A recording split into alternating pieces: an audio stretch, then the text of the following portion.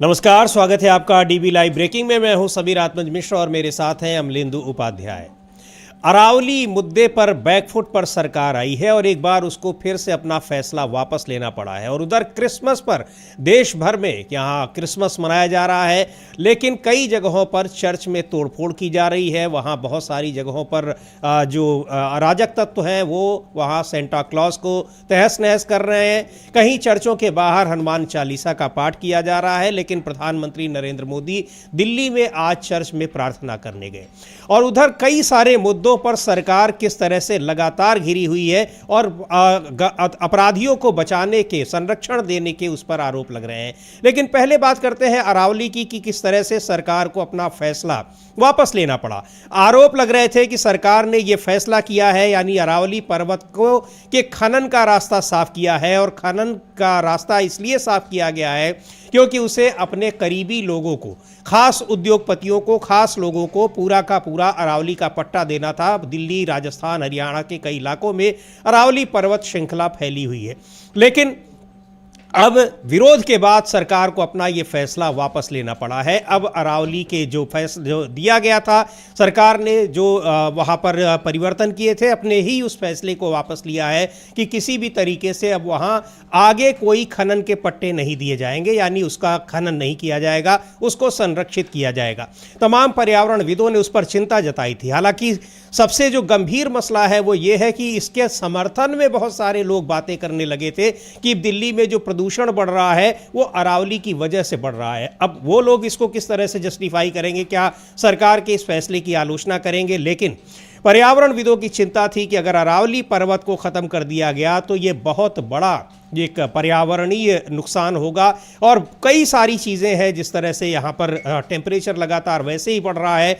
अरावली थार के मरुस्थल की हवाओं को यहाँ पर रोकने का काम करती है, तो पूरा जो पर्यावरण संकट है वो बहुत बढ़ जाएगा। वैसे ही पहले पर्यावरण संकट बढ़ा हुआ है। अब सरकार ने ये फैसला वापस लिया है, लेकिन सरकार ने ये फैसला दबाव में लिया, विरोध में लिया। ज़बरदस्त तरीके से सेव अरावली नाम से हैशटैग चल रहा था और पूरा देश भर में इसके खिलाफ आंदोलन हो रहे थे। हाँ बिल्कुल समीर जी, पूरे देश भर में इसके खिलाफ आंदोलन हो रहे थे और बड़े एक देशव्यापी आंदोलन की इसमें तैयारियां हो रही थीं जी। और प्रतिरोध काफ़ी ज़्यादा होता और आरोप लग रहे थे कि भारतीय जनता पार्टी के जो कुछ मित्र हैं उनको खनन कराने के लिए नियम जो थे वो बदले गए जी। हालांकि इससे पहले समीर जी एक खबर ये आई है और एक अंग्रेजी अखबार है उसने उसको बहुत प्रमुखता के साथ प्रकाशित भी किया है कि 2010 में ये जो 100 मीटर की परिभाषा थी इसको सुप्रीम कोर्ट ने नकार दिया था।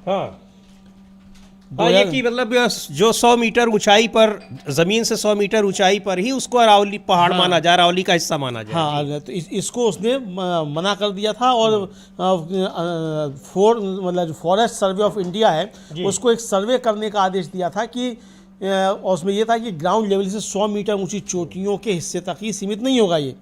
और इस सर्वे में अरावली की 3 डिग्री ढलान की परिभाषा दी गई थी। 19 फरवरी 2010 को सुप्रीम कोर्ट ने कहा था कि राजस्थान राज्य द्वारा दी गई परिभाषा के अनुसार केवल वही चोटियां, पहाड़ियों के हिस्से जो ग्राउंड लेवल से 100 मीटर ऊपर हैं उन्हें अरावली हिल्स माना जाएगा, जो इस अदालत को मंजूर नहीं है।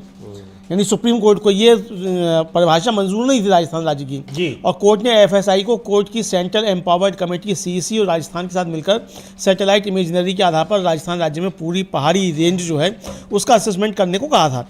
तो ये समझिए जी, जो सुप्रीम कोर्ट ने 2010 में कहा था, अब वो सरकार का दबाव रहा हो या सरकार ने समझा लिया हो, इसको जो था वो स्वीकृत कर दिया गया कि वही 100 मीटर के दायरे वाली जो बात आ गई। लेकिन अब जो है कल दबाव में सरकार को बैकफुट पर आना पड़ा है मोदी सरकार को और एक अधिसूचना जारी करनी पड़ी है कि नए खनन के पट्टे नहीं दिए जाएंगे। ठीक है, नए ये अब बराबर में हमारे चल रहा है ये पीढ़ी में नए खनन के पट्टे तो नहीं दिए जाएंगे, तो बिल्कुल ठीक है, नए खनन के पट्टे नहीं दिए जाएंगे। लेकिन क्या ये 100 मीटर वाली परिभाषा है इसको सरकार ने वापस लिया है कि नहीं लिया है? जी हाँ, ये सवाल है। बिल्कुल, आपने आज कहा है कि नहीं लेंगे, कल को क्या आप कह देंगे होंगे पट्टे? इसलिए जो है ये जब तक ये नहीं हुआ तो ये पूरी जीत एक नहीं समझी जा सकती है। ये दबाव चूंकि ज़्यादा बढ़ा तो इसलिए उसके सामने झुकना माना जा रहा है। कल को बिना किसी विज्ञप्ति के और पट्टे देना शुरू भी कर दिए जाएंगे। बिल्कुल, तो क्योंकि वो उसमें अरावली की परिभाषा का भी एक बड़ा सवाल है जो आप बता रहे हैं अमलेंदु जी कि वो 100 मीटर की वो के ऊपर का ही हिस्सा जो है अरावली का हिस्सा माना जाएगा। तो फिर अब खनन के पट्टे नहीं दिए जाएंगे, लेकिन 100 मीटर की अगर परिभाषा माना जाएगा तो उसके नीचे के पट्टे दे दिए जाएंगे। नीचे। यानी अभी उसको इस तरह से पूरी तरह से बैकफुट पर आई जरूर है सरकार, लेकिन वास्तव में जिसका विरोध हो रहा था उस मुद्दे पर पूरी तरह से, यानी उसका स्पष्ट रूप से उसको वापस नहीं लिया है, यह कहा जा सकता है। हाँ, स्पष्ट रूप से वापस नहीं ये कहा जा सकता है। और ये स्पष्ट नहीं है कि ये तो कहा है आपने कि अरावली की पहाड़ियों में मतलब नहीं दी जाएगी अनुमति, लेकिन जो पहाड़ियों की परिभाषा है वो आपने 100 मीटर मानी है कि नहीं? हाँ। ये है कि 100 मीटर से कम, तो इसका मतलब 100 मीटर से कम है तो आप दे देंगे, कहेंगे ये तो हमने कहा था अरावली की पहाड़ियों पर नहीं दी जाएगी, तो 100 मीटर से ऊपर नहीं दी जाएगी, तो ये आप कह देंगे। तो ये अभी स्पष्ट नहीं है। तो जब तक ये स्पष्ट नहीं हो सरकार के उसमें कि 100 मीटर से कम पर भी खनन नहीं होगा, तब तक ये इसको नहीं समझा। हो सकता है कि ये एक गुस्से को शांत करने के लिए ये फौरी विज्ञप्ति जारी कर दी गई हो, लेकिन मंशा दूसरी ही हो। जी बिल्कुल, यहाँ पर यह है कि इतनी नाराजगी थी, गुस्सा था, तो उसको एक तरीके से न्यूट्रलाइज करने के लिए और सरकार ने अपना कदम खींचे हैं, बैकफुट पर आई है। लेकिन वास्तव में जिस बात का विरोध हो रहा है, यानी जो सेव अरावली को बचाने की जो मुहिम है, अभी भी इस विज्ञप्ति से, सरकार की इस विज्ञप्ति से ऐसा साफ नहीं है कि वो उसको बचाने की मंशा उसकी है या नहीं है। तो बहुत सारी चीज़ें अभी इसको लेकर भी बहुत प्रतिक्रियाएं आएंगी, पर बैकफुट पर आई ज़रूर है। पर्यावरण विदों के, लोगों के और आम जनता इसके खिलाफ जिस तरीके से थी, तो सरकार को अपना ये कदम वापस लेना पड़ा है। और इधर आज 25 दिसंबर है, क्रिसमस का त्यौहार पूरी दुनिया में मनाया जा रहा है, भारत में भी मनाया जा रहा है। लेकिन हर साल की तरह इस बार भी क्रिसमस के पहले जो तमाम हिंदूवादी संगठन जिस तरह से करते हैं, कई जगहों पर चर्चों में तोड़फोड़ की खबरें, कई जगहों पर जहां क्रिसमस मनाया जा रहा है उन आयोजन स्थलों पर तोड़फोड़ की खबरें, चर्चों के बाहर हनुमान चालीसा के पाठ करने की खबरें देश के अलग अलग हिस्सों में आ रही हैं। और इधर प्रधानमंत्री नरेंद्र मोदी क्रिश्चियन कम्युनिटी के साथ दिल्ली में चर्च में गए और वहां उन्होंने प्रार्थना सभा में हिस्सा भी लिया। अब इसको ये आप देख सकते हैं, ये तस्वीरें, प्रधानमंत्री नरेंद्र मोदी वहां पहुंचे हुए हैं दिल्ली के चर्च में और वहां प्रार्थना सभा में हिस्सा ले रहे हैं। लेकिन दूसरी ओर तमाम जगहों पर, और इसको एक केवल लॉ एंड ऑर्डर की बात नहीं, चूंकि ये हर साल होता है, लेकिन कई जगहों पर जहां खास तौर पर बीजेपी और एनडीए शासित सरकारें हैं, अमलेंदु जी, ज़्यादातर खबरें वहीं से आ रही हैं, चाहे वो छत्तीसगढ़ हो, उत्तर प्रदेश हो, हरियाणा हो, इस तरह के जगहों से खबरें आ रही हैं कि वहां चर्चों पर और आयोजन स्थलों पर हमले किए गए हैं। हाँ बिल्कुल समीर जी, जहाँ बीजेपी से शासित राज्य है वहाँ इस तरह की खबरें आती हैं। और आपको याद होगा कि मोदी जी की सरकार जैसे ही बनी थी उसी समय दिल्ली में भी चर्च जलाए जाने की घटनाएं आई थी और उसको लेकर फिर अंतर्राष्ट्रीय जो था वो काफ़ी ज़्यादा मलानत हुई थी।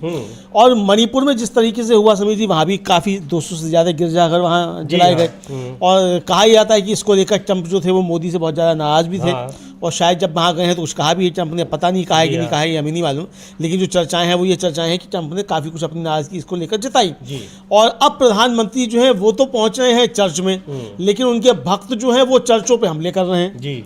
तो ये कैसा भाई प्रधानमंत्री की पूजा प्रार्थना है कि आप चर्च में खड़े हुए खुद तो जो झुक रहे हैं, खुद आगे नीचे हुए हैं, प्रार्थना कर रहे हैं प्रभु यीशु से, है ना, और आपके भक्त जो हैं वहाँ जो हमले कर रहे हैं इस तरीके से। तो ये किस तरीके का दोहरा रवैया है भारतीय जनता पार्टी का, ये सामने समीर जी साफ तौर पर खुलकर आ रहा है। प्रधानमंत्री उस समय देखिए बड़े कितने ध्यानमग्न हो जाते हैं जब वहाँ कोरस गाया जा रहा है, जी हाँ। आई खुशी आई, क्रिसमस की क्या आई खुशी आई, उसमें आप देखिए कितने ध्यानमग्न होकर आंखें मूंद कर जो है प्रधानमंत्री यूँ करके ये करके बजा रहे हैं। तो बहुत ध्यानमग्न जो है प्रधानमंत्री दिखाई, ये देखिए ये हाथ उनका घूमा, देखिए किस तरीके से ये। तो ये प्रधानमंत्री किस तरीके से वहाँ ध्यानमग्न हैं और कितने तल्लीन हो गए हैं उस प्रार्थना में। देखिए अब फादर के सामने हाथ जोड़कर खड़े हुए हैं, अपने सारे अपराधों की क्षमा भी मांग रहे हैं, क्योंकि कन्फेस किया जाता है तो कन्फेस भी कर रहे हैं गिरजाघर में जाकर। लेकिन यही बात मन की बात में कन्फेस नहीं कर सकते। इसको सुनते भी हम लोग कि वहाँ पर क्या चल रहा है और वहाँ पर प्रधानमंत्री पहुंचे हैं, लेकिन देश भर में किस तरह से चर्चों पर हमले हुए हैं और क्रिसमस जहां आयोजित किया गया है, मनाया जा रहा है, वहां पर किस तरह से हमले हुए हैं।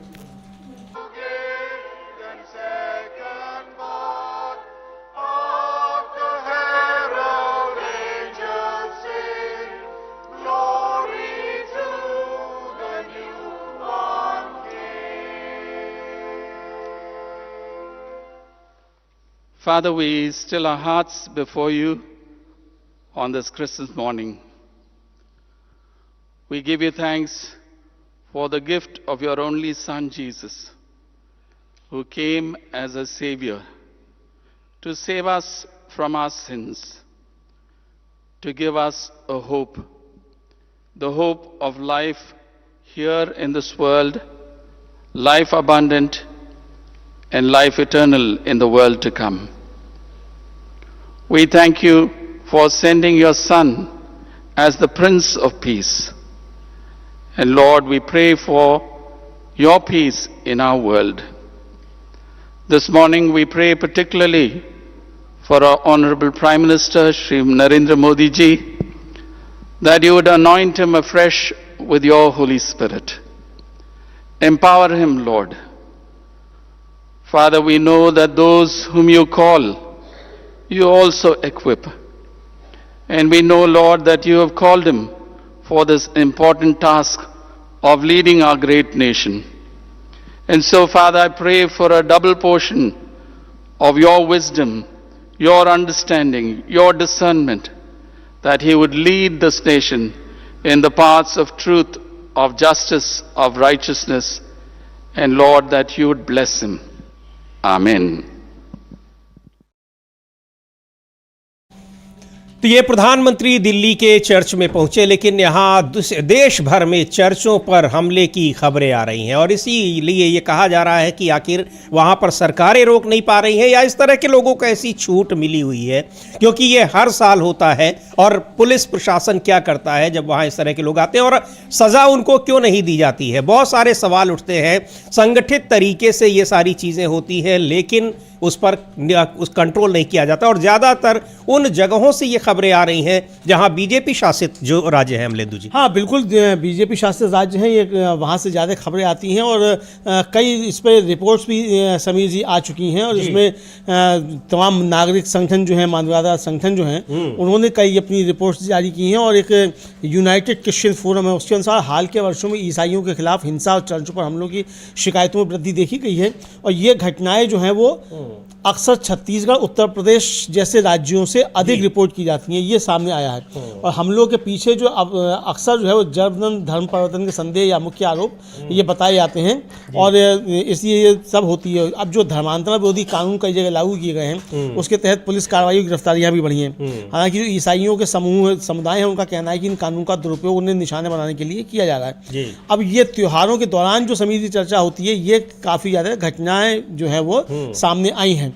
अब इस पर राष्ट्रीय मानवाधिकार आयोग को भी शिकायत की जा सकती है, लेकिन शिकायत का नतीजा क्या होगा, सवाल ये बिल्कुल सवाल वही है कि शिकायत का नतीजा क्या हो रहा है। हर साल इस तरह से हो रहा है, ऐसा नहीं कि कोई पहली बार हो रहा है। चर्च क्रिसमस से 1-2 दिन पहले, 3 दिन पहले जहां पर वो आयोजन होना होता है या चर्चों के बाहर जिस तरीके से बहुत सारे विजुअल्स आ रहे हैं, सोशल मीडिया पर वायरल है, उसमें दिखाई पड़ रहा है कि क्या कुछ हो रहा है। और इसी पर तंज किया है कांग्रेस पार्टी की नेता हैं, प्रवक्ता हैं सुप्रिया श्रीनेत, कह रही हैं कि प्रधानमंत्री नरेंद्र मोदी तो चर्च जा रहे हैं और वहां पर क्रिश्चियन कम्युनिटी के साथ वो बेहतर रिश्ता अपना बताते हैं, लेकिन यहां देश में क्रिश्चियन कम्युनिटी के साथ क्या हो रहा है और चर्चों पर क्या हो रहा है, उनके उपासना स्थलों पर क्या हो रहा है, उसका जिम्मेदार कौन होगा? सुनते हैं सुप्रिया श्रीनेत ने क्या कहा है।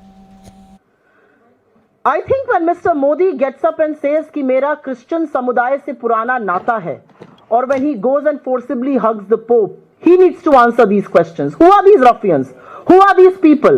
From Delhi's east of Kailash to Odisha to Madhya Pradesh to Haridwar, what is happening? Why are people who are celebrating Christmas, women, children being attacked? Can you not ensure the safety of religious diversity in India? The world is watching how these right-wing goons are roughing up, are intimidating, are threatening, are attacking Christians across the country, and trust you me, we'll have to pay a price for this. Thank you. तो कई इस तरह की घटनाएं उत्तराखंड में पिछले दिनों एक क्रिसमस के लिए तैयारियां हो रही थी, सजावट हो रही थी, वहां बहुत कुछ संगठन के लोग गए और आखिरकार उनको अपना प्रोग्राम रद्द करना पड़ा और कई सारी घटनाएं पिछले 2-3 दिनों में अमलेंदु जी लगातार देश भर से देखने में आ रही हैं। हाँ बिल्कुल, देश भर में देखने में आ रही हैं समीर जी, और ये घटनाएं लगातार बढ़ रही हैं और इसके लिए कहा जा रहा है कि मोदी सरकार में जो है ये घटनाएं काफ़ी ज़्यादा बढ़ी हैं। एक रिपोर्ट है समीर जी, उसके मुताबिक जो है नवंबर 2025 तक देश भर में ईसाइयों के खिलाफ हिंसा की 700 से अधिक घटनाएं दर्ज की गई हैं और अकेले जनवरी से मई के बीच 313 घटनाएं जो है इस तरीके की हुई। और उत्तर प्रदेश और छत्तीसगढ़ जो है ये दो मुख्य केंद्र इसके सबसे ज़्यादा बनकर उभरे हैं। इन राज्यों में देश भर की 48% हिंसा की घटनाएं थी वो यहाँ दर्ज की गई और उसके बाद फिर जो मध्य प्रदेश और राजस्थान जो है इनके मामले सामने आए हैं। तो ये अमलेंदु जी, वहाँ उत्तर प्रदेश और छत्तीसगढ़ की आप बात कर रहे हैं, बरेली का एक वीडियो बहुत वायरल हो रहा है, कल से ही वायरल हो रहा है। वहाँ जो तमाम हिंदू संगठनों के लोग हैं वो एक चर्च के बाहर जाकर बैठ गए बाकायदा और वहाँ हनुमान चालीसा का पाठ कर रहे हैं। अक्सर ऐसा देखा जाता है कि कभी वो मज़ार के बाहर बैठकर करने लगते हैं, मस्जिद के बाहर, और कहा यह जाता है कि आखिर क्या इनको मंदिर में जगह नहीं मिलती है, या अपने घर में भी कर सकते हैं? हाँ बिल्कुल, ये घर में भी कर सकते हैं। और एक जबलपुर का भी एक वीडियो काफी ज्यादा वायरल हो रहा है, वो नेत्रहीन महिलाओं का एक कार्यक्रम था, वहां जाके बीजेपी के पदाधिकारी पहुंचे, वो तो बड़ा अमानवीय किस्म का है, वहां जाके उन महिलाओं के साथ जो था हाथापाई की बीजेपी के पदाधिकारियों ने। और जबकि वो महिलाएं उसमें हिंदू भी थी, और एक महिला का उसमें कहना है कि भाई अगर हम क्रिसमस मना रहे हैं तो इस मतलब ये थोड़ी कि हमने धर्म परिवर्तन कर लिया है। तो ये इस तरीके से सामने ये घटनाएं आई हैं और पूरे देश भर में आई हैं, और इसके पीछे जो हाथ बताए जाते हैं वो सब हाथ जो है वो भाजपा समर्थित लोगों के ही बताए जाते हैं, इसलिए उनके ऊपर कोई कार्रवाई भी नहीं होती है। समीर जी, ये चीजें सामने आ चुकी हैं। जी बिल्कुल, तो ये कई इस तरह की घटनाएं सामने आ रही हैं, लेकिन प्रधानमंत्री नरेंद्र मोदी आज पहुंचे दिल्ली में चर्च में और बाकायदा उन्होंने विशेष प्रार्थना में हिस्सा लिया और वहाँ उनको जो क्रिश्चियन कम्युनिटी के लोगों से बातचीत की। पर देश भर में वहाँ किस तरीके से हमले हो रहे हैं ये बहुत चिंताजनक बात है और उसको लेकर सोशल मीडिया पर चिंताएं जताई जा रही हैं, राजनीतिक प्रतिक्रियाएं भी आ रही हैं और बीजेपी को इसके लिए दोषी ठहराया जा रहा है। वजह यह है कि सबसे ज्यादा इस तरह की घटनाएं हालांकि गैर बीजेपी शासित राज्यों में भी हुई है, लेकिन सबसे ज्यादा जो ये घटनाएं हो रही हैं वो हो रही हैं बीजेपी शासित राज्यों में। और जो रिपोर्ट बता रही है, जो अमलेंदु जी अभी जिक्र कर रहे थे, कि 80% घटनाएं तो सिर्फ 2 राज्यों में हो रही हैं। हाँ। उत्तर प्रदेश और छत्तीसगढ़ में। बिल्कुल, 80% घटनाएं 2 राज्यों में, उत्तर प्रदेश छत्तीसगढ़ में हो रही हैं। और आपको याद होगा समीर जी, जुलाई में 2 नन जो थी वो केरल की थी। हाँ। उनकी छत्तीसगढ़ में गिरफ्तारी की गई दुर्ग रेलवे स्टेशन पर जी। और आरोप लगाया गया कि ये जो है धर्मांतरण है और छत्तीसगढ़ धर्म स्वतंत्रता अधिनियम 1968 और मानव तस्करी भारतीय न्याय संहिता की धारा 143 के तहत पर मामला दर्ज किया गया था जी। और ये शिकायत जो थी बजरंग दल के सदस्यों ने की थी और दुर्ग रेलवे स्टेशन पर हंगामे के बाद ये किया गया था। आज उसमें पीड़िताओं का बयान जो था, उन्होंने ये कहा कि वो जो तीनों आदिवासी युवतियां थीं उन्होंने कि वे अपनी मर्जी से काम की तलाश में जा रही थी, उन पर धर्म परिवर्तन का कोई दबाव नहीं था जी। जमानत उनको जब दी गई 2 अगस्त 2025 को, तो बिलासपुर स्थित जो विशेष NIA अदालत है उसने तीनों आरोपियों, दोनों नन और एक युवक था, उसको सशर्त जमानत दे दी। और कोर्ट ने यह कहा कि आरोप केवल संदेह पर आधारित प्रतीत होते हैं और इनके खिलाफ कोई ठोस सबूत नहीं मिले हैं। तो यानी आपने देखा कि ईसाई और आपने उठा के उस पर हमले शुरू कर दिए और धर्म परिवर्तन का आरोप लगाकर आपने उसकी गिरफ्तारी करा दी। इसी तरीके से वो केरल से सिस्टर जानी थी, उनको झांसी पे रोक दिया गया था, वहां भी इसी तरीके का हुआ था। ये बिल्कुल सही आप कह रहे हैं कि किसी को क्रिश्चियन देखा, मुस्लिम देखा। अमलेंदु जी, अभी जो दिल्ली में दंगे हुए थे 2020 में, उसमें कुछ लोगों को अभी बरी किया है, कोर्ट ने उनको बरी किया। 5 साल 4 साल वो जेल में रहने के बाद कोर्ट ने बरी इसलिए कर दिया क्योंकि उनके खिलाफ कोई सबूत नहीं मिले। लेकिन उन लोगों ने, पीड़ितों ने जो अपनी व्यथा बताई है वो कितनी हैरान करने वाली है, बहुत हैरान करने वाली है। और इतना ही नहीं कि उनके खिलाफ सबूत नहीं मिले हैं जी। हाँ, ये है उनके खिलाफ जो सबूत जो एक सादे कागज पे दस्तखत करा लिए गए। हाँ। और उसके आधार पर 20 मुकदमे कायम कर दिए गए जी। और किसी के खिलाफ कुछ नहीं मिला, ये सामने आया जी।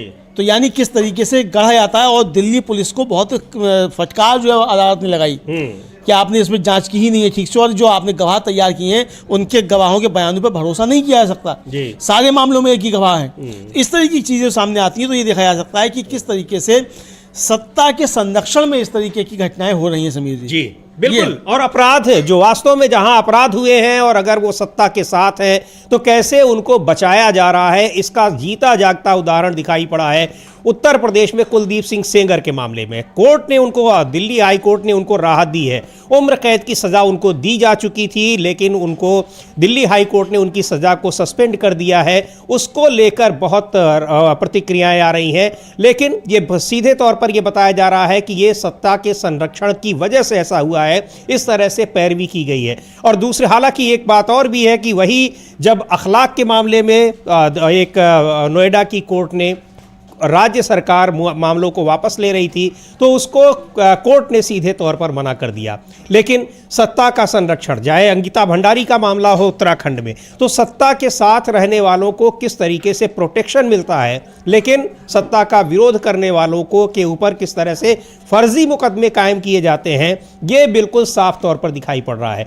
ईडी सीबीआई ही नहीं, सबसे ज़्यादा जो स्थानीय पुलिस होती है वो किस तरह से काम कर रही है, ये इन जो दिल्ली दंगों से जुड़े हुए कई अभियुक्त हैं उनको बरी किया गया है, उन्होंने जो कुछ बताया है उससे साफ पता लग रहा है। बिल्कुल समीर जी, वो बहुत भयानक एक तरह से कहे जा सकते हैं कि उनके अनुभव जो हैं वो हैं जो उन्होंने शेयर किए हैं। एक अखबार ने जो छापा है उनको, और काफ़ी गंभीर मामले जो हैं वो साफ तौर पर दिखाई पड़ते हैं कि किस तरीके से प्रताड़ित किया गया और फर्जी केस बनाने की कोशिशें की गई। तो ये साफ तौर पर देखा जा सकता है समीर जी कि सत्ता के दबाव में कहिए कि किस तरीके की चीज़ें इस तरह की होती हैं और ये इनको अंजाम दिया जाता है।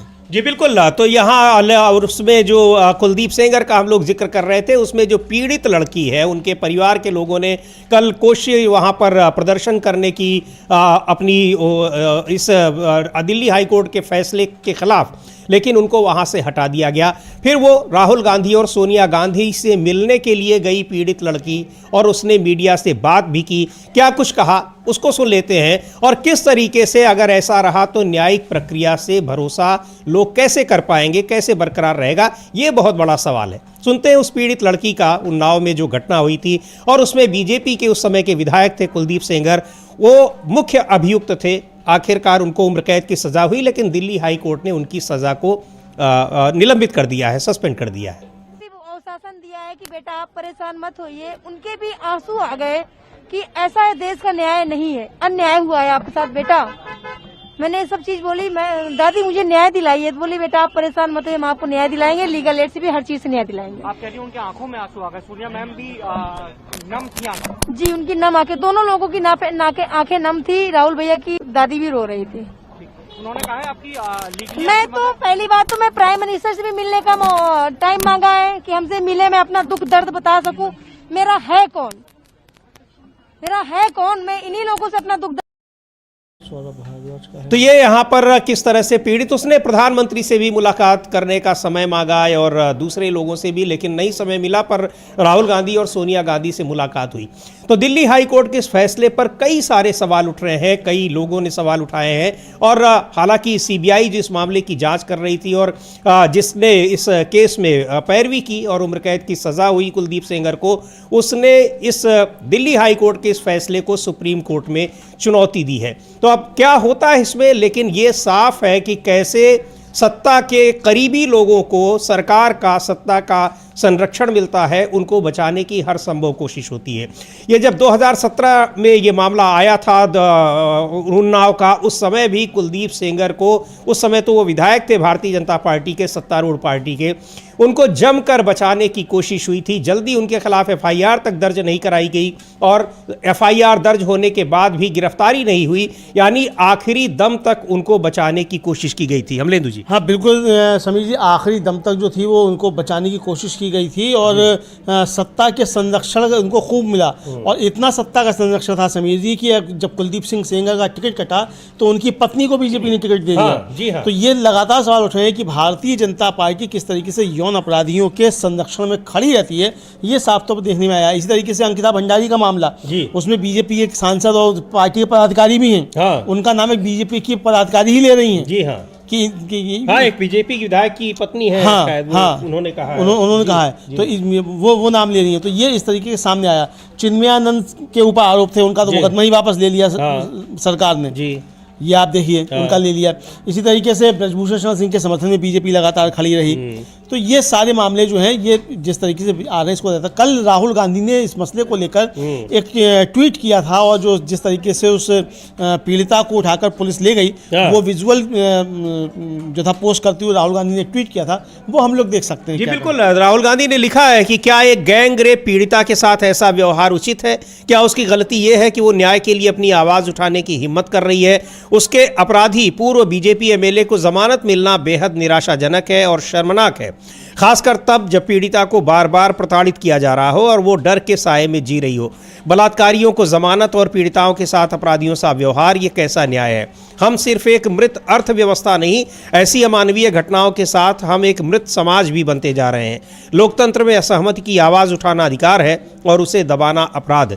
पीड़िता को सम्मान, सुरक्षा और न्याय मिलना चाहिए, न कि बेबसी, भय और अन्याय। और यहाँ ये भी जानना बहुत ज़रूरी है अमलेंदु जी की जो पीड़ित लड़की है ये दिल्ली में इसलिए रह रही है क्योंकि सुप्रीम कोर्ट के निर्देश पर वो रह रही है। उसने कहा था कि हमको वहाँ अगर हम उत्तर प्रदेश में रहे तो हमारी जान को खतरा है, क्योंकि उसके परिजनों के कई परिजनों की या तो उसके पिता की जो है वो पुलिस हिरासत में जान चली गई थी, एक्सीडेंट में कुछ लोगों की जान चली गई, यानी लगातार उसके जो सिंपैथाइजर लोग थे, उसकी सहानुभूति रखने वाले परिवार के लोग थे, एक एक कर उनकी जान जा रही थी और उनके खिलाफ मुकदमे तो अलग से लादे जा रहे थे। जो चाचा है इस पीड़िता के वो अभी भी एक मुकदमे में दिल्ली की तिहाड़ जेल में बंद है। तो ये कोर्ट के हस्तक्षेप से ये दिल्ली में रह रही थी जिसको घर उपलब्ध कराया गया था। हाँ, ये कोर्ट के आदेश पे दिल्ली में रह रही थी और वहाँ जो अदालत ने तर्क दिया है समीर जी जमानत देते समय, वो तर्क भी यही दिया है कि साहब कि वो अगर पुलिस सुरक्षा नहीं दे पा रही है तो उसके लिए उसको अभियुक्त को जेल में नहीं रखा जा सकता।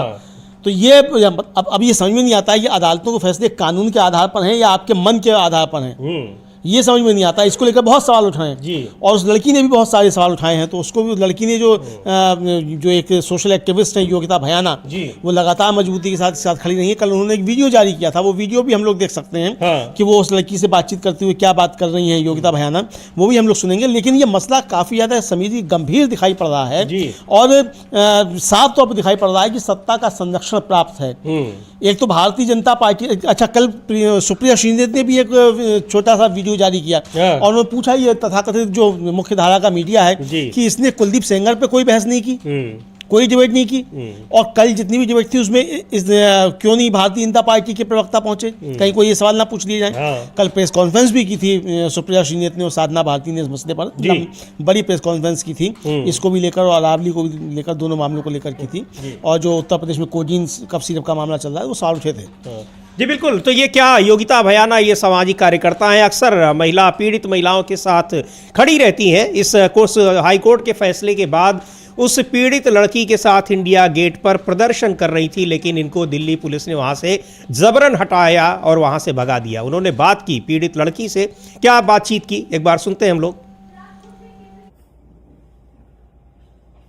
आज ये अपने आप बताएंगी, ये भी सीआरपीएफ इनको वापस लेकर आए हैं, लॉयर्स ने बुलाया है इनको, ये अपनी बात बताएंगे कितनी मुश्किल से यहाँ पहुंची है और कितनी जद्दोजहद करनी पड़ी। और इसने आई थिंक तुमको चोट भी लगी है, तो तुम बता दो क्या हुआ।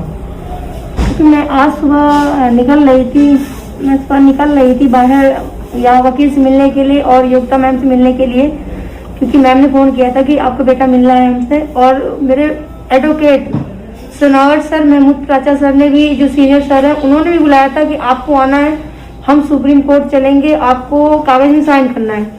तो सीआरपीएफ के अधिकारी का क्या फोन आया कि विक्टिम को घर वापस लेके चलिए। मैं चिल्ला रही हूँ कि मुझे इस वकील के पास जाना है, वकील के पास जाना है। फिर जब मैं गाड़ी में चिल्लाने लगी तब जाके ऊपर से ऑर्डर आया कि नहीं लेके जाइए। क्या मेरा वकील पागल है कि सीआरपीएफ के अधिकारी को कागज दे देगा और उनसे साइन हो जाएगी? क्योंकि मेरा वकील मुझे अपने ऑफिस में बुला के तभी साइन करवाएगा, किसी अदर के हाथ कागज नहीं भेज के मुझे साइन करवाएगा। मेरा यही कहना है कि हमें न्याय दिलाया जाए और सभी मीडिया बंधुओं को मेरा हाथ जोड़ के रिक्वेस्ट है, आप लोग मेरी आवाज़ दूर दूर तक पहुंचाएं ताकि मुझे न्याय मिल सके।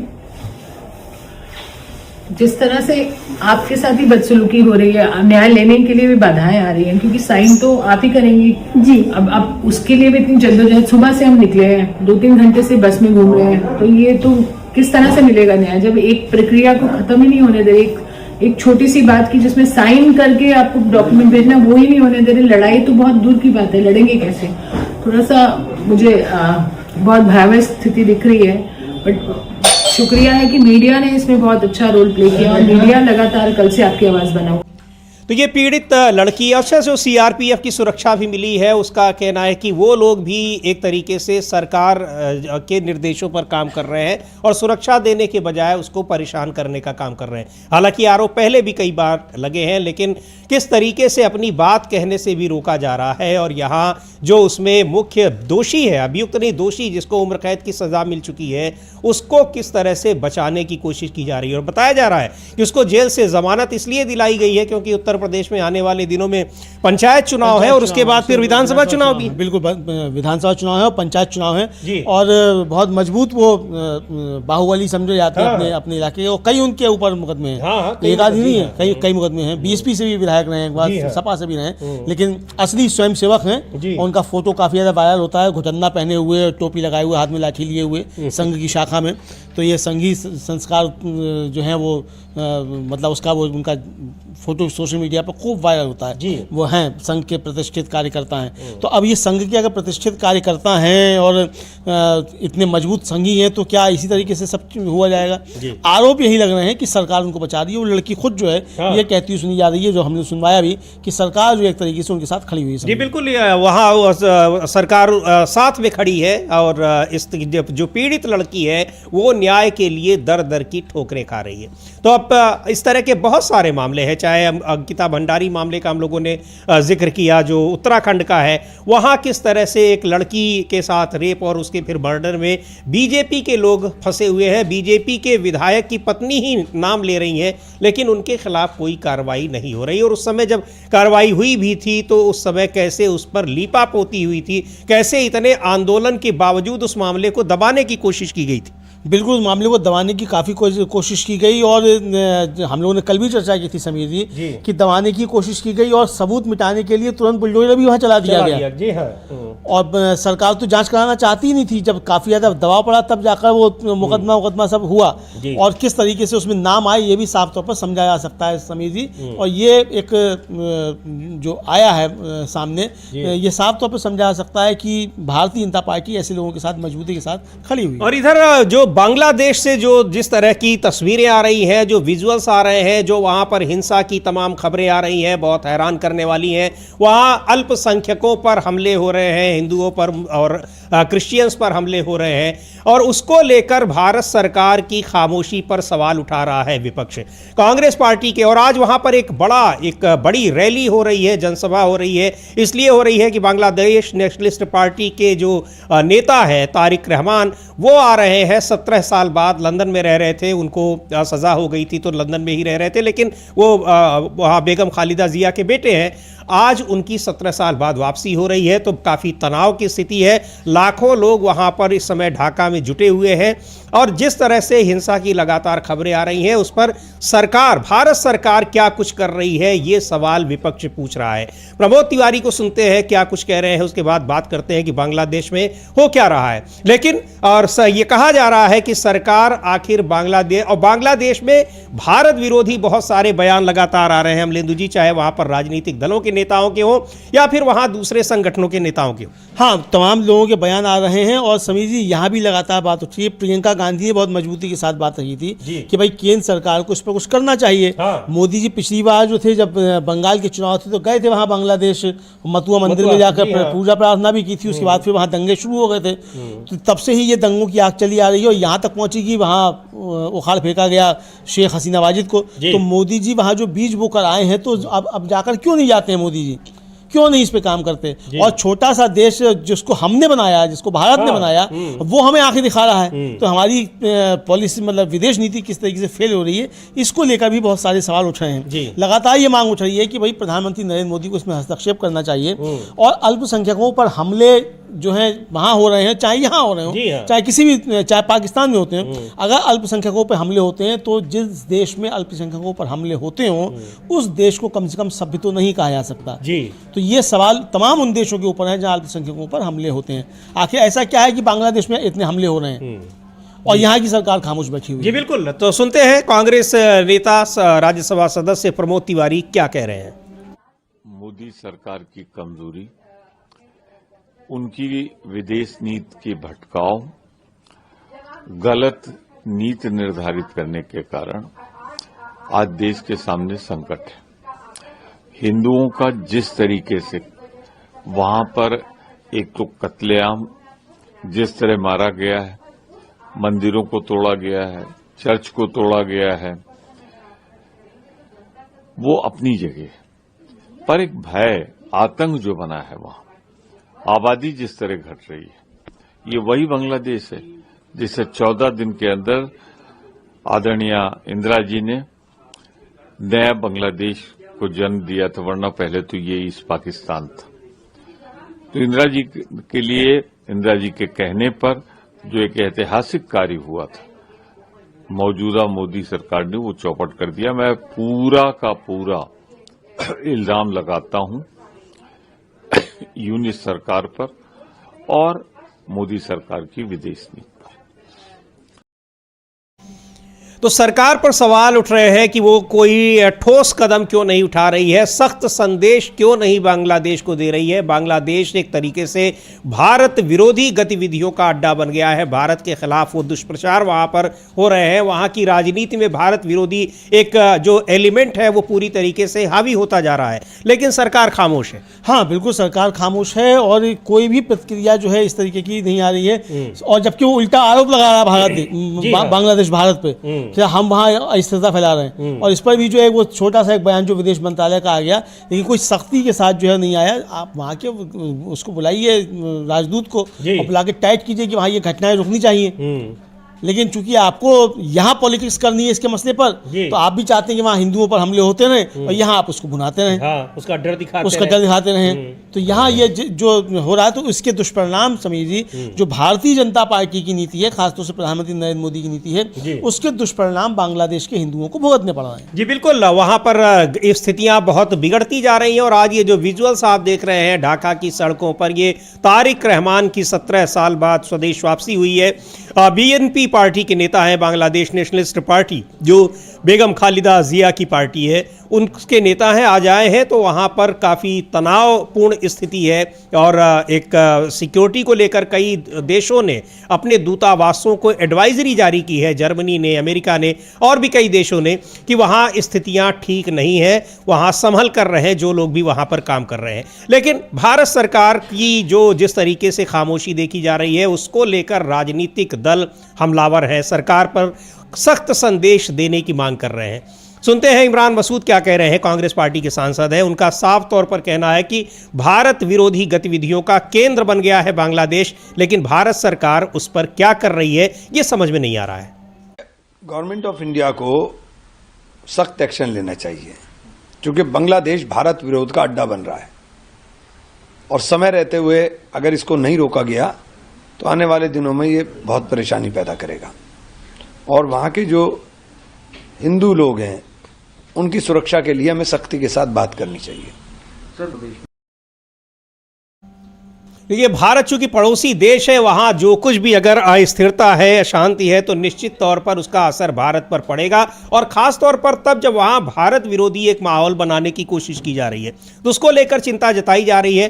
कांग्रेस सांसद शशि थरूर ने भी इसको लेकर चिंता जताई है, सरकार से मांग की है। लेकिन सरकार अभी तक तो ऐसा नहीं दिखाई पड़ रहा है कि वो क्या कुछ कर रही है, कोई सख्त एक्शन, सख्त मैसेज देने की कोशिश कर भी रही है या नहीं कर रही है। हाँ बिल्कुल, ये सख्त कोई एक्शन करने की कोशिश मतलब कर रही है नहीं कर रही है, ये भी साफ तौर पर समीर जी आ गया है सामने। और ये साफ तौर पर देखा जा सकता है कि जो भी एक्शन की बातें हो रही हैं वो हवाई हो रही हैं, और एक्शन के बजाय यहाँ उस पर राजनीति जो है गर्म की जा रही है कि पश्चिम बंगाल का चुनाव लड़ना है तो वहाँ पश्चिम बंगाल का चुनाव लड़ने पहुँच जाए, वहाँ हिंदुओं पर हमले होते हैं, भारतीय जनता पार्टी यहाँ उसका फायदा उठाती रहे। तो ये अब ये क्या मिली भगत है पता नहीं। हालांकि मोदी जी जब गए थे बांग्लादेश और 55,000 वर्ग किलोमीटर भारत की जमीन बांग्लादेश को दे दी थी, तो वहाँ बहुत गाजे बाजे के साथ मोदी जी ने कहा था हमारे बांग्लादेश से बहुत अच्छे संबंध हैं, और मतलब पाकिस्तान पर कटाक्ष किया था कि उसके साथ नहीं है और इस पड़ोसी।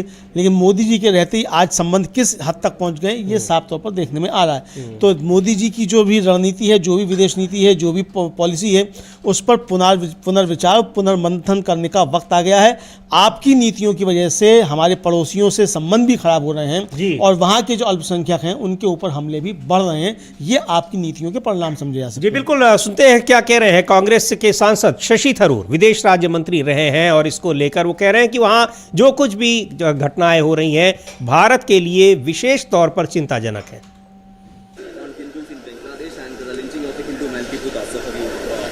Look, it's a very serious problem because obviously from our point of view, we want Bangladesh to be stable and calm, and we do want the minorities there to feel safe. This lynching was truly an outrage because it was completely unwarranted. There was no question of any act of blasphemy by this person, and he even was in the custody of the police. He should not have been handed over to the mob and lynched in this horrible way. But the other disturbances across the streets in many parts of Bangladesh, including protests outside our consulates, which we call assistant high commissions there, all of this have created, unfortunately, an atmosphere which is not conducive to the kind of calm and stability we would all like to see leading up to the elections that are scheduled for February. At the same time, the unnecessary rhetoric blaming India for the death of the student leader, which is preposterous. There is no reason why India would have any. तो वहाँ की स्थितियाँ चिंताजनक है कह रहे हैं, और ये भी कह रहे हैं जो बांग्लादेश में आरोप लग रहे हैं कि भारत जिम्मेदार है, कह रहे हैं कि ऐसा कोई बांग्लादेश में अस्थिरता पैदा करने में भारत की कोई दिलचस्पी नहीं है, कोई कारण इसके पीछे नहीं है, और इसने अल्पसंख्यकों के प्रति दुश्मनी का माहौल भी बनाया है, जिससे जाहिर है पूरे देश में चिंताएं बढ़ गई हैं। तो सबको उसको लेकर चिंताएं हैं, लेकिन एक पड़ोसी देश जिसकी भारत से एक लंबी सीमा लगी है, नॉर्थ ईस्ट के कई राज्यों की सीमा वहाँ से लगती है, उस पर सरकार जिस तरह से जो कार्यशैली दिखाई पड़ रही है, भारत की विदेश नीति जो दिखाई पड़ रही है, उसको लेकर सवाल उठ रहे हैं। और ये कहा जा रहा है, विपक्ष कह रहा है कि जो फेल विदेश नीति है, बिल्कुल पूरी तरह से विफल हो चुकी है, ये उसी का नतीजा है। वहां जो कुछ हो रहा है और सरकार उस पर प्रतिक्रिया भी नहीं दे पा रही है। बिल्कुल समीर जी, सरकार प्रतिक्रिया भी नहीं दे पा रही है। और जब मोदी जी गए थे बांग्लादेश 2020 में बंगाल चुनाव से पहले, जी हाँ, तो वहाँ खबरें ये भी आई थी कि जमात इस्लामी जो है वो उनका स्वागत कर रही है। वहाँ की जमात इस्लामी जो है बांग्लादेश की, जिसके नेताओं को 90 साल की 94 साल की उम्र में फांसी की सजाएं हुई बांग्लादेश विद्रोह के समय की। तो ये मतलब आपकी विदेश नीति समझ में नहीं आती। एक तो आप जमात इस्लामी वहाँ की, उसके साथ भी संबंध आप बनाना चाहेंगे, इधर आप शेख हसीना से भी संबंध रखना चाहेंगे चूंकि भारत की बड़ी भूमिका रही बांग्लादेश बनवाने में, और इधर आप जो है आपके मित्र का व्यापार वहाँ चलता रहे, उसके लिए वहाँ दखलंदाजी करेंगे, और जब वहाँ इस तरह की घटनाएं होंगी तो आप खामोश हो जाएंगे। जी। तो ये सारे सवाल जो हैं इसको लेकर उठ रहे हैं समीर जी। जी बिल्कुल, और इसको लेकर कई सारे सवाल उठ रहे हैं। सरकार की विदेश नीति पर खास तौर पर सवाल उठ रहे हैं, बांग्लादेश में जो घटनाएं हो रही हैं उसको लेकर सवाल उठ रहे हैं, और किस तरीके से सरकार उस पर निपट रही है। सरकार वहाँ जो अल्पसंख्यकों पर हमले हो रहे हैं, भारत का पड़ोसी देश है और उसका प्रभाव भारत पर भी, वहाँ जो कुछ हिंसक गतिविधियां हो रही हैं उसका असर भारत पर भी पड़ सकता है, उसको लेकर क्या कुछ सरकार कर रही है, ये सवाल विपक्ष पूछ रहा है। कांग्रेस के नेता हैं गुलाम अहमद मीर, वो क्या कह रहे हैं बांग्लादेश में जो कुछ हो रहा है और सरकार की भूमिका पर, एक बार सुनते हैं उनको। हो रहा है, और खाली एक हिंदू भाई को नहीं उन्होंने इस तरह से मारा, बल्कि वहां मुस्लिम्स को भी मारा गया है, और वो मुल्क कहीं न कहीं कंट्रोल से बाहर जा रहा है। तो ऐसे में हमने लगातार कहा है कि किसी मुल्क के अंदर जो भी माइनॉरिटीज है, वो उस मुल्क की कॉन्स्टिट्यूशनल जिम्मेदारी है कि अपने माइनॉरिटीज को तहफ़्फ़ुज़ दे। वो चाहे बांग्लादेश में हमारे माइनॉरिटीज हिंदू भाई हैं, चाहे हिंदुस्तान में दूसरी कौमी माइनॉरिटीज में है, और हर मुल्क में माइनॉरिटीज रहने वालों को कॉन्स्टिट्यूशनल तहफ़्फ़ुज़ मिलना चाहिए। मगर फिलहाल बांग्लादेश में जिस तरह के एक्टिविटीज़ हो रहे हैं, इसमें गवर्नमेंट ऑफ इंडिया को अपना इनिशिएटिव लेना चाहिए, क्योंकि भारत एक बहुत विशाल मुल्क है, बहुत बड़ा मुल्क है, और यहाँ की डेमोक्रेसी पूरी दुनिया में मतलब मानी जाती है। तो ऐसे में ये जो आस पड़ोस के हमारे दूसरे ममालिक है, चाहे एरिया पॉपुलेशन के हिसाब से छोटे ही है, तो इन पड़ोसी मुल्कों के साथ में भारत की हमेशा अच्छी रिलेशन रही है, कंट्रोल रहा है। तो पता नहीं पिछले 1 साल से जानबूझकर भारत सरकार बांग्लादेश के साथ में क्यों नहीं अपना डिप्लोमेटिक रास्ता खोलती है और क्यों नहीं उन पर अपना असर मतलब बना रही है कि जिससे कि वहां पर रहने वाले माइनॉरिटीज के साथ में इस तरह के हादसे ना आए। ये भी कहीं ना कहीं लग रहा है कि चुनाव पर चुनाव यहां पर हो रहे हैं, एक स्टेट छोड़ता है तो दूसरा स्टेट आ जाता है। तो या तो गवर्नमेंट ऑफ इंडिया को, भारतीय जनता पार्टी को लगता है इस तरह के इवेंट से हमें बैक होम फायदा मिल रहा है, वोट बटोरने का, पोलराइजेशन का, वरना strong step government of India को लेना चाहिए। ये हमारे लीडरों ने, मल्लिकार्जुन खड़गे जी ने, राहुल जी ने, इवन प्रियंका गांधी जी ने पार्लियामेंट में भी लास्ट डे में कहा है कि गवर्नमेंट ऑफ इंडिया तमाशा क्यों देख रही है। उनका जो रोल बनता है अपनी माइनॉरिटीज को आस पड़ोस के मुल्कों में उनका तहफ़्फ़ुज़ देने के लिए, वो इनिशिएटिव लेना चाहिए था। मगर अभी तक विजिबली गवर्नमेंट ऑफ इंडिया की तरफ से, फॉरेन मिनिस्ट्री से या डिप्लोमेटिक रोल में कहीं पर भी कोई इनिशिएटिव गवर्नमेंट ऑफ इंडिया ने नहीं। तो लोग इसको ये भी कयास आराई कर रहे हैं कि बिहार के बाद भाई अब बंगाल में चुनाव हो रहा है। बंगाल और बांग्लादेश ये तो आपस में बिल्कुल कनेक्टेड है, तो हो सकता है बीजेपी चाहती होगी कि इस तरह इंसिडेंट होते रहें। उनका कौन सा रिश्तेदार जा रहा है, तो इस तरह के माइनॉरिटीज पर वहां इंसिडेंट हो और उसको वो बंगाल की सरजमीन पर पकाने की कोशिश करेंगे। मगर बंगाल की जो जनता है, बंगाल का जो अवाम है, वो जबरदस्त मतलब भाईचारे का हामी रहा है और वहां पर इन चीजों का गम गुस्सा है। वहां पर हमारी कांग्रेस पार्टी ने जबरदस्त प्रोटेस्ट रजिस्टर किया है और बीजेपी भी प्रोटेस्ट करने पर, तो बीजेपी किसके खिलाफ प्रोटेस्ट कर रही है? बीजेपी के हाथ में तो बागडोर है, बीजेपी के हाथ में तो हुकूमत है 12 साल से। जो उनकी जिम्मेदारी बनती है, जो उनका इनिशिएटिव बनता है, उससे वो एक धरना करने से भाग नहीं सकते हैं। और वहां की जनता ये ठीक ठाक महसूस कर रही है, समझ रही है कि जिस पार्टी के ऊपर, जिस सरकार के ऊपर ये जिम्मेदारी है, वो खुद भी हाय हाय करने के लिए उतरेंगे, उससे वो जिम्मेदारी से भाग नहीं सकते। तो इसलिए हमारा ये कहना है कि गवर्नमेंट ऑफ इंडिया को इनिशिएटिव लेना चाहिए और वहाँ के जो माइनॉरिटीज़ है, इवन मेजर कम्युनिटी के भी लोग वहाँ मारे गए हैं, ये खून खराबा बंद होना चाहिए। हर मुल्क को अपने दायरे के अंदर जो माइनॉरिटीज़ है, जो कमज़ोर तबके हैं, उनका तहफ़्फ़ुज़ इंश्योर करना चाहिए। नीतीश कुमार की तो ये वहाँ अभी ये कह रहे हैं कि नहीं कर रही है सरकार, अगर कोई रिएक्शन नहीं दे रही है, कोई प्रोटेस्ट नहीं कर रही है या सख्त मैसेज नहीं दे रही है, तो निश्चित तौर पर कुछ उसके अपने राजनीतिक स्वार्थ दिखाई पड़ रहे हैं, क्योंकि आने वाले दिनों में पश्चिम बंगाल में चुनाव है। लेकिन जी हाँ, ये पश्चिम बंगाल के चुनाव तो है ही, चुनाव तो है ही। प्रधानमंत्री के मित्र का बहुत बड़ा कारोबार फंस गया है बांग्लादेश में। तो अब जो वहाँ नई सरकार बनेगी उससे संबंध बना के रखने हैं, चाहे कि मित्र का कारोबार चलता रहे, चाहे देश का नुकसान होता रहे।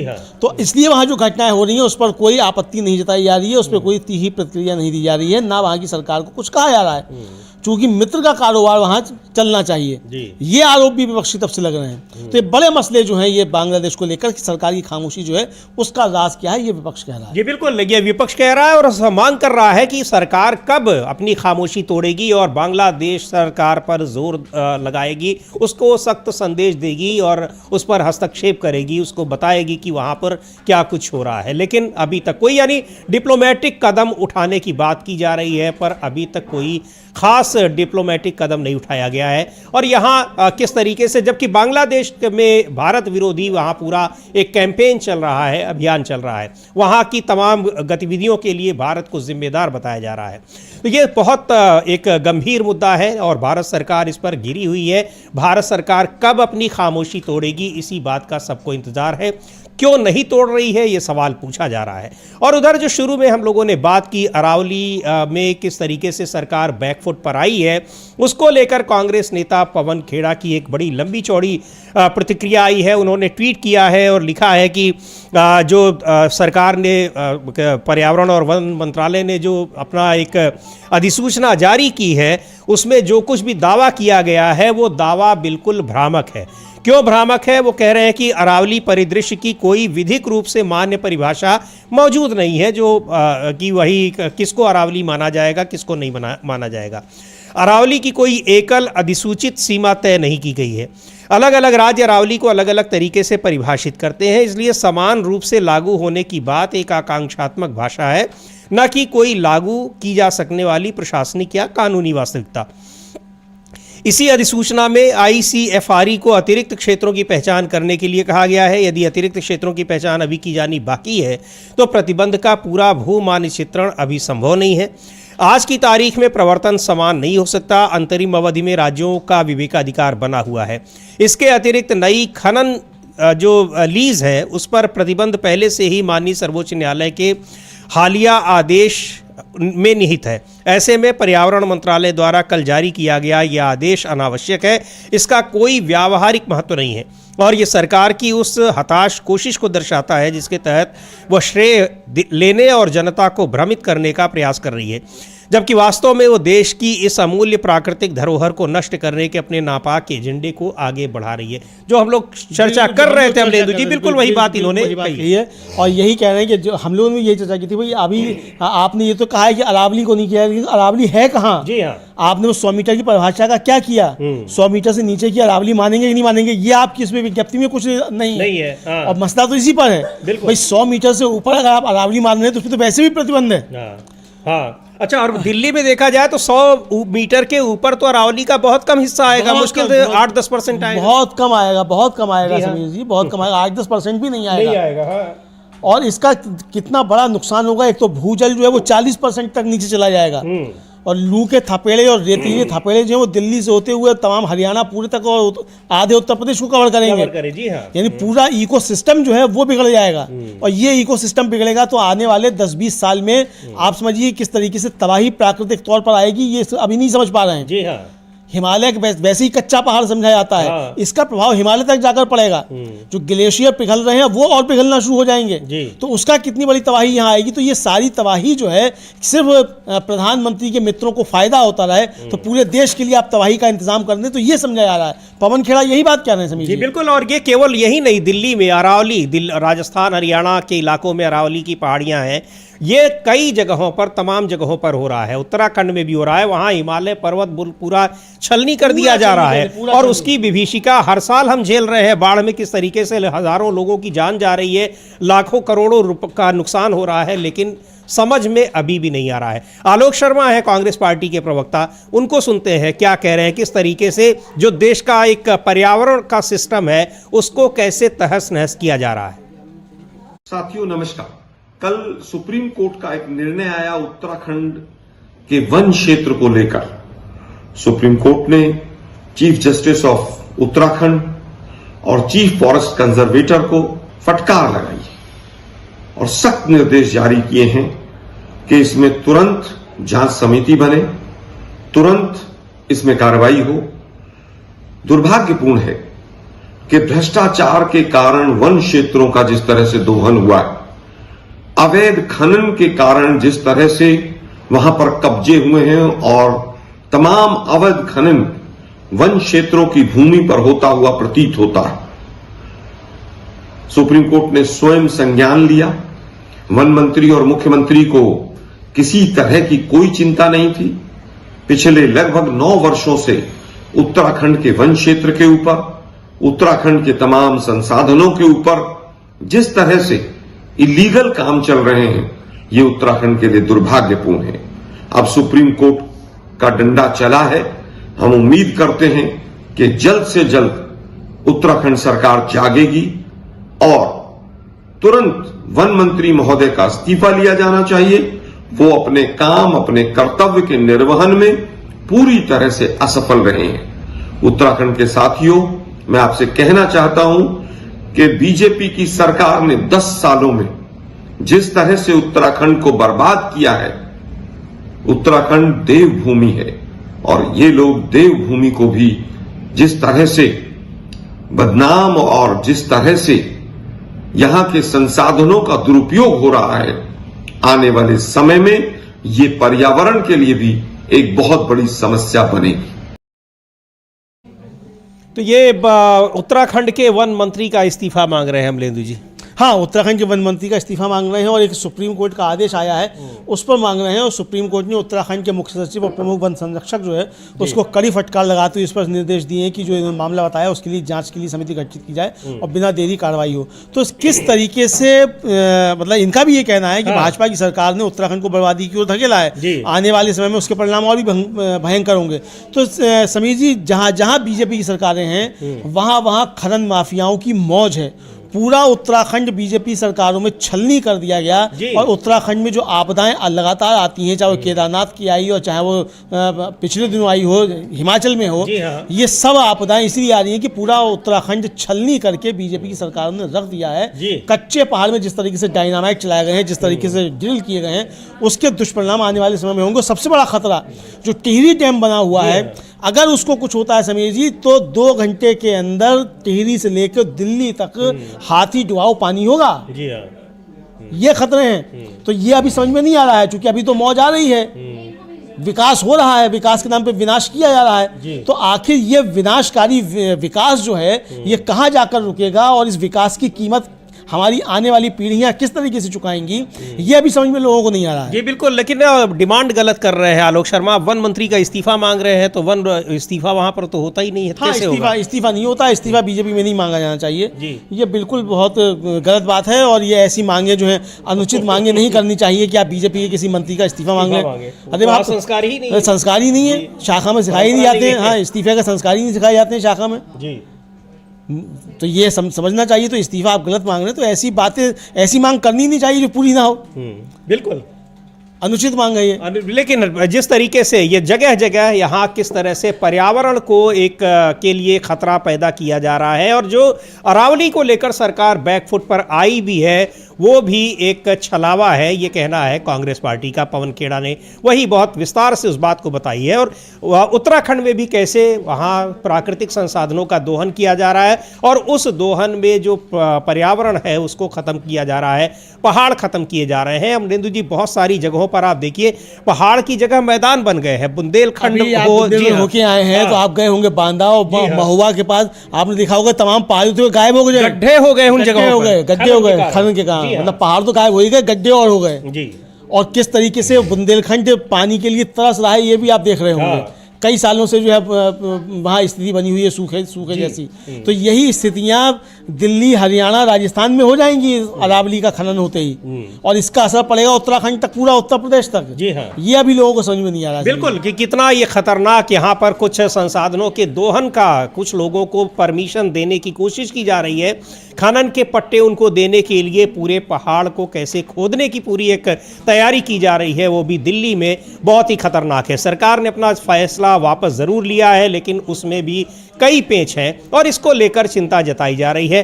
बांग्लादेश में जो कुछ हो रहा है उस पर सरकार से सवाल पूछा जा रहा है कि वो क्या कर रही है, बांग्लादेश के मामले में खामोश क्यों है सरकार और कोई डिप्लोमेटिक तरीका वो क्यों नहीं ढूंढ रही है। ये बहुत सारे सवाल हैं, अब इनके जवाब क्या मिलते हैं ये देखने वाली बात होगी। अब इस कार्यक्रम को यहीं समाप्त करते हैं। मुझे और अमलेंदु उपाध्याय को दीजिए अनुमति। नमस्कार।